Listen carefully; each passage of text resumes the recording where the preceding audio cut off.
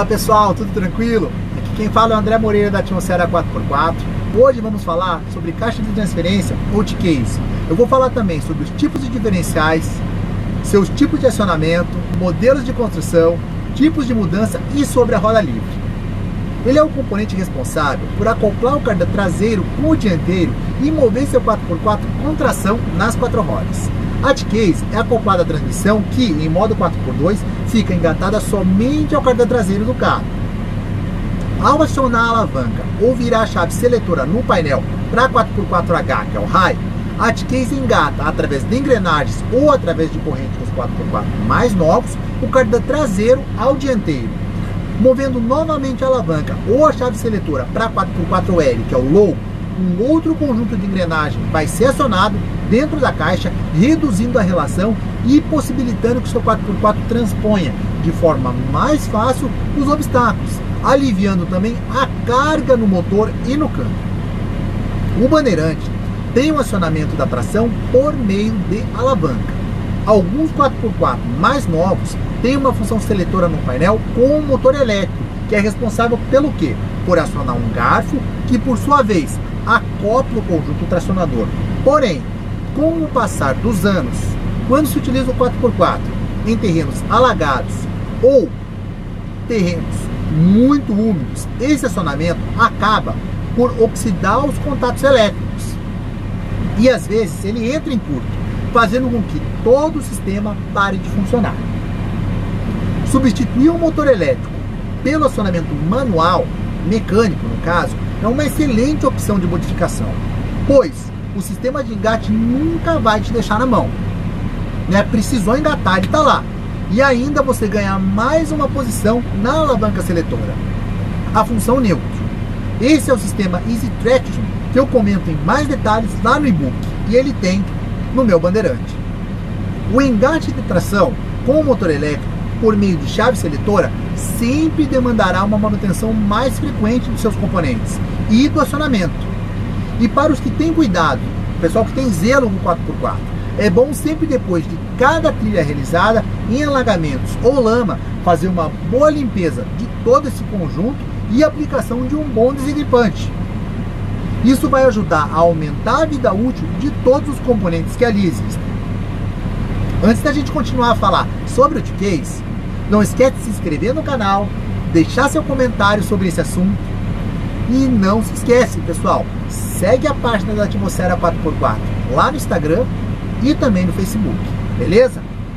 A caixa de transferência recebe energia da transmissão e a envia para os eixos dianteiro e traseiro do veículo.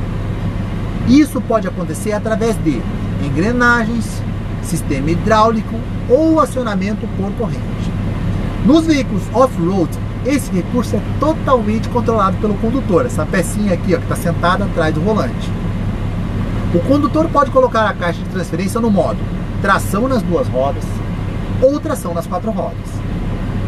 Em alguns casos, isso é realizado por meio de um câmbio semelhante ao de uma transmissão manual, esse câmbio da marcha do carro.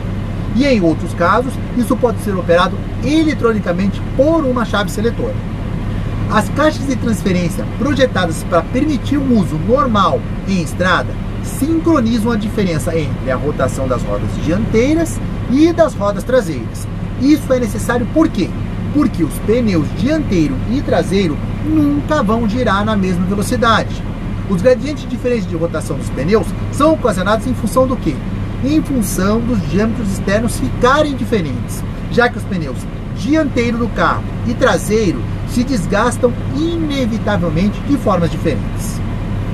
Em virtude disso, relações de transmissão diferentes vão precisar ser aplicadas aos diferenciais dianteiro e traseiro da viatura. De forma mais geral, os fabricantes costumam ter uma proporção um pouco mais baixa na frente e ligeiramente maior na traseira. Isso faz o que? Ajuda no controle e na condução do veículo. Se a caixa de transferência não compensar a diferença entre os gradientes de rotação dos diferenciais, certamente ela vai ser danificada. É também por isso que a caixa de transferência que não foi projetada para o uso na estrada, no piso de asfalto, pode ter problema se ela for conduzida por um longo período nesse tipo de pavimento. As caixas de transferências modernas, projetadas para uso fora de estrada, podem bloquear mecanicamente os eixos de tração dianteiro e traseiro quando necessário. Um exemplo, quando um dos eixos está em superfície escorregadia, areia, lama, por exemplo, ou está preso, né, em um buraco, certo? Isso equivale ao bloqueio do diferencial. Vamos fazer um parênteses e vamos esclarecer o que é o diferencial. O que é um diferencial aberto e o que é um diferencial bloqueado ou blocado. O diferencial tem um berço que acopla todo o conjunto, planetárias, satélites e o pino central, que tem a função de executar o travamento dos satélites. O bloqueio do diferencial serve para distribuir o torque entre as rodas do seu 4x4. Nas curvas, as rodas de um mesmo eixo percorrem distâncias diferentes, certo? Logo, o diferencial existe para compensar essa distância, essa diferença, por isso que chama diferencial. Em um diferencial aberto, quando as rodas perdem o contato com o solo, o diferencial vai virar um problema. Por quê? Porque acontece o seguinte, deixando a roda mais leve que perdeu tração, girando em falso, né, você vai ter o quê? Perca de tração na roda que está no piso. Já com o bloqueio, o torque é distribuído de forma igual, evitando que o veículo perca a tração na roda que tem menor aderência, ou seja, nessa roda que está em contato com o solo. Um exemplo, se um 4x4 fica com os eixos traseiros pendurados, todas as rodas suspensas giram com a mesma velocidade. Quando uma das rodas receber resistência, o diferencial automaticamente gira a roda que tem menos resistência com toda a velocidade, ou seja, a potência é dissipada por esse caminho, um caminho de menor resistência. E por isso que um carro nessas condições não sai do lugar. Isso é um diferencial aberto. Um diferencial aberto vai permitir que qualquer diferencial de velocidade entre as rodas de um mesmo eixo possa ser aplicada, mas ele não é capaz de controlar um torque diferente que seja aplicado em duas rodas de um mesmo eixo. Ele direciona todo o torque para a roda que tem menos aderência. A distribuição de torque, sabe, que é de força, né? Estamos falando de força, depende de duas coisas: da mecânica existente no 4x4 e também da resistência que essa mecânica recebe de cada roda em contato com o solo ao movimentar o veículo. Ok? Em um diferencial bloqueado ou blocado, as engrenagens interiores, né, não podem girar entre si. Portanto, já não se produz um mecanismo de equilíbrio entre as rodas do mesmo eixo diferencial. Esse tipo de diferencial não permite uma diferença de giro entre as rodas que ele está bloqueando, e por isso ele é capaz de fazer uma distribuição perfeita do torque, como por exemplo 100% de um lado, 100% do outro, ou qualquer outro tipo de combinação, para que as rodas girem sempre na mesma velocidade. Ele controla o torque para a roda que tenha mais aderência, diferente do outro que gira todo o torque ou toda a velocidade para a roda que tem menos aderência, ok? Esse tipo de diferencial, ele pode impulsionar uma ou todas as rodas com o torque que é produzido pelo motor e que passa pela transmissão. As rodas giram sempre à mesma velocidade e essa tração no diferencial, esse agarre no caso, que ocorre, pode transferir até 100% da força. Um diferencial bloqueado suporta qualquer variação de percentual de torque entre as rodas. Ele iguala as velocidades de giros, tanto da roda que está em contato com o solo, como da roda que está suspensa. Os diferenciais que a gente viu até agora: diferencial aberto, diferencial bloqueado ou blocado. Porém, ainda existem outros tipos intermediários a esses dois que eu comentei, certo? Vou comentar com vocês um pouquinho sobre eles. Diferencial de embreagem multiviscosa ou multidisco, que a gente chama. LSD eletrônico. É um diferencial utilizado muito em SUV. Limited Split Differential. Isso quer dizer, a sigla é LSD. Em português, diferencial de deslizamento limitado. O seu objetivo é limitar ou evitar que a roda com menos tração patine e a de maior tração fique imóvel. Diferencial tipo Thorsen, LSD mecânico, também é conhecido como autoblocante. O diferencial autoblocante detecta a perda de tração em uma das rodas e repassa a força motriz para outra roda. O último tipo, que é o diferencial de acoplamento viscoso. Em veículos de tração integral com 3 diferenciais, existe um diferencial para transmitir o movimento às rodas do eixo da frente, existe um outro diferencial para o eixo traseiro e um terceiro diferencial colocado centralmente para coordenar o movimento entre os 2 eixos de tração do veículo. Já está em desuso. A última montadora que utilizou esse tipo de diferencial foi a Subaru, mas nem ela está utilizando mais. O objetivo desse dispositivo é permitir a passagem de tração para um eixo do veículo quando o eixo oposto patina por falta de aderência, aumentando a segurança durante a condução. Agora que a gente esclareceu um pouquinho mais sobre os tipos de diferenciais, vamos voltar a falar da caixa de transferência. Dentro da caixa de transferência existem um ou mais conjuntos de engrenagens reduzidas para o uso no fora de estrada. As marchas reduzidas permitem ao veículo trafegar em velocidades muito mais lentas, enquanto ainda opera dentro da faixa de potência utilizável do RPM que tem no motor. Isso também aumenta o torque disponível lá nos eixos. As engrenagens de baixo alcance ou reduzidas são usadas para conduzir o veículo em condições muito adversas, certo? Como rebocamento de carga extremamente pesada, estrada não pavimentada, muito buraco, lama, escorregadio demais, certo? E off-road extremo. Existem 2 tipos diferentes de mecanismo interno de transferência da energia encontrado nas caixas. São 2 tipos de acionamento, certo? O primeiro, acionamento por engrenagem. As caixas de transferência acionadas por engrenagem usam conjuntos de engrenagem para acionar os eixos de tração dianteiro ou dianteiro e traseiro. Geralmente são pesadas, fortes e usadas em caminhões grandes, e o bandeirante utiliza esse tipo de caixa. Acionamento por corrente. Usam uma corrente para acionar, na maioria das vezes, apenas um eixo de transmissão, ou ambos os eixos. São mais silenciosas, mais leves do que as acionadas por engrenagem. Elas geralmente são usadas em veículos como caminhões compactos, de tamanho normal, tamanho médio, picapes, off-roads modernos e utilitários esportivos. Existem 2 tipos de construção para as caixas de transferências. O tipo casado. Nesse tipo de construção, a caixa de transferência é acoplada diretamente na caixa de câmbio, geralmente entre o eixo de saída da transmissão e o eixo cardan da transmissão traseira ou principal.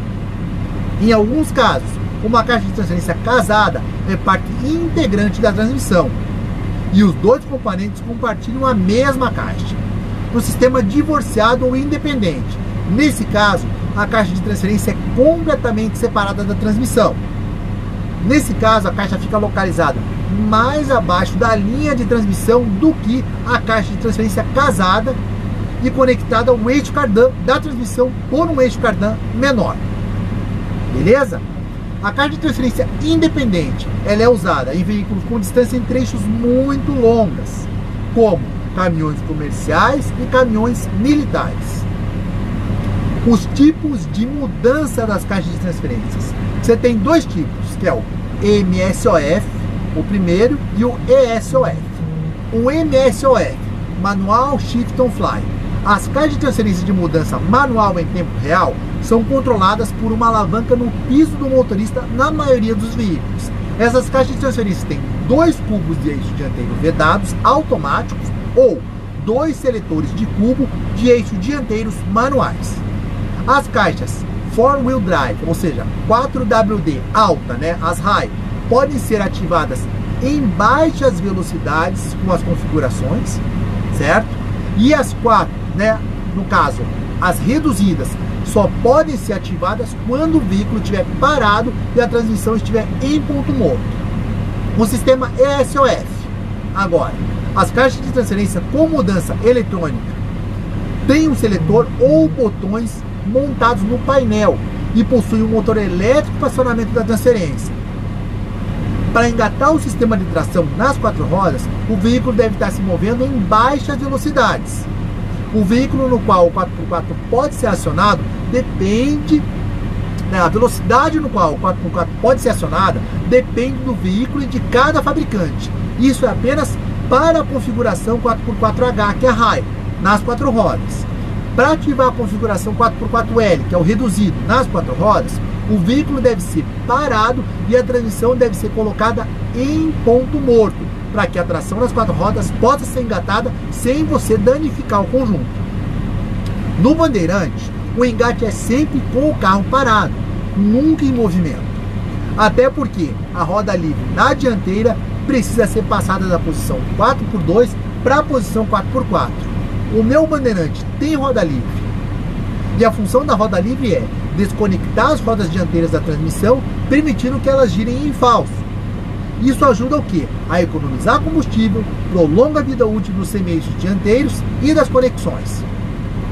A roda livre é um rolamento dentado ou liso, que faz com que o eixo motriz se conecte ao cubo da roda. A roda livre permite a conversão de um movimento linear em um movimento rotativo, desligando a roda do seu eixo motriz.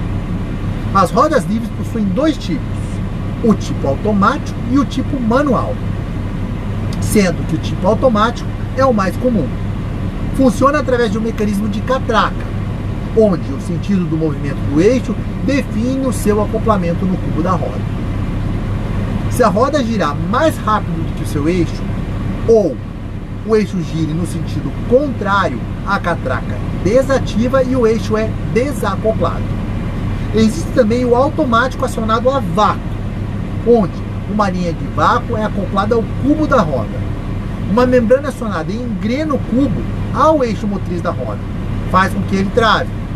Conforme o ar entra, a fonte de vácuo é desligada e uma mola desconecta o cubo do eixo.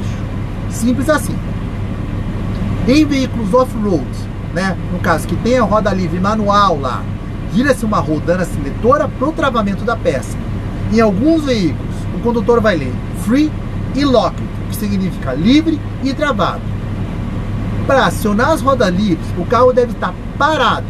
As chavetas devem ser movimentadas no sentido horário e para desligá-las basta girar no sentido anti-horário, como eu comentei há pouco. O acionamento não pode estar muito pesado a ponto de que você precise pegar um alicate para virar a chave e nem muito leve a ponto de que você possa girar a chaveta com um dedo. Por isso da importância da manutenção periódica nesse sistema. Roda livre também precisa de manutenção. Ok? Pessoal, dúvidas? É só perguntar. Eu reforço. Ajuda a fortalecer a página, se inscreve no canal, curte a nossa página Atmosfera 4x4 lá no Instagram e no Facebook. Eu vou deixar todos aqui um forte abraço e a gente se vê no próximo vídeo.